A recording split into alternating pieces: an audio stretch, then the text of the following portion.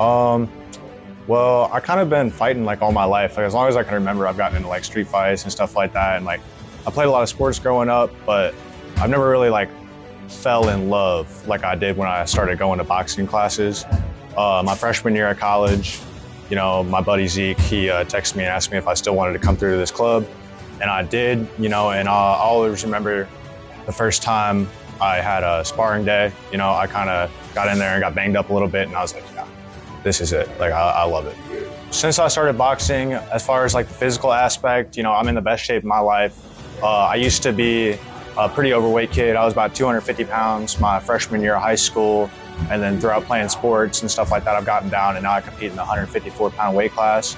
As far as mentally, I couldn't be better off mentally with boxing. I've always had kind of like an anger problem.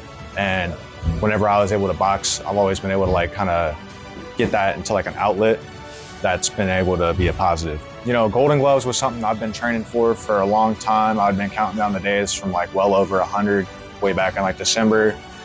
And then, I didn't get the decision against the current Golden Gloves champion. And I remember after the fight, I looked at his coach and I said, I'll be back. And now I've got that opportunity and I don't want to waste it. So I don't think I've ever been more prepared for a fight. As far as pressure is concerned, I think pressure is a privilege. When you feel pressure, that means, you're expected by people to do something and that should be seen as a positive and not a negative, and sometimes there's days when I get nervous and there's some days when I just feel like, I can't do this. But then I remind myself where I come from and more importantly, where I'm going. And that helps me to keep going forward. I don't want to hold anything back. During this last fight, I feel like I got gassed out and that's nothing I can't hold myself accountable to. So I've changed a lot of things. I've cut out some vices and I've really just locked in all aspects. And I don't think I've ever been more ready.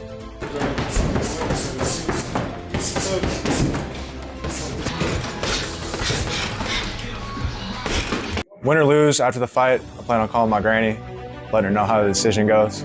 My granny is my biggest supporter. I wouldn't be where I am today without her. May 17th, I finally get my rematch.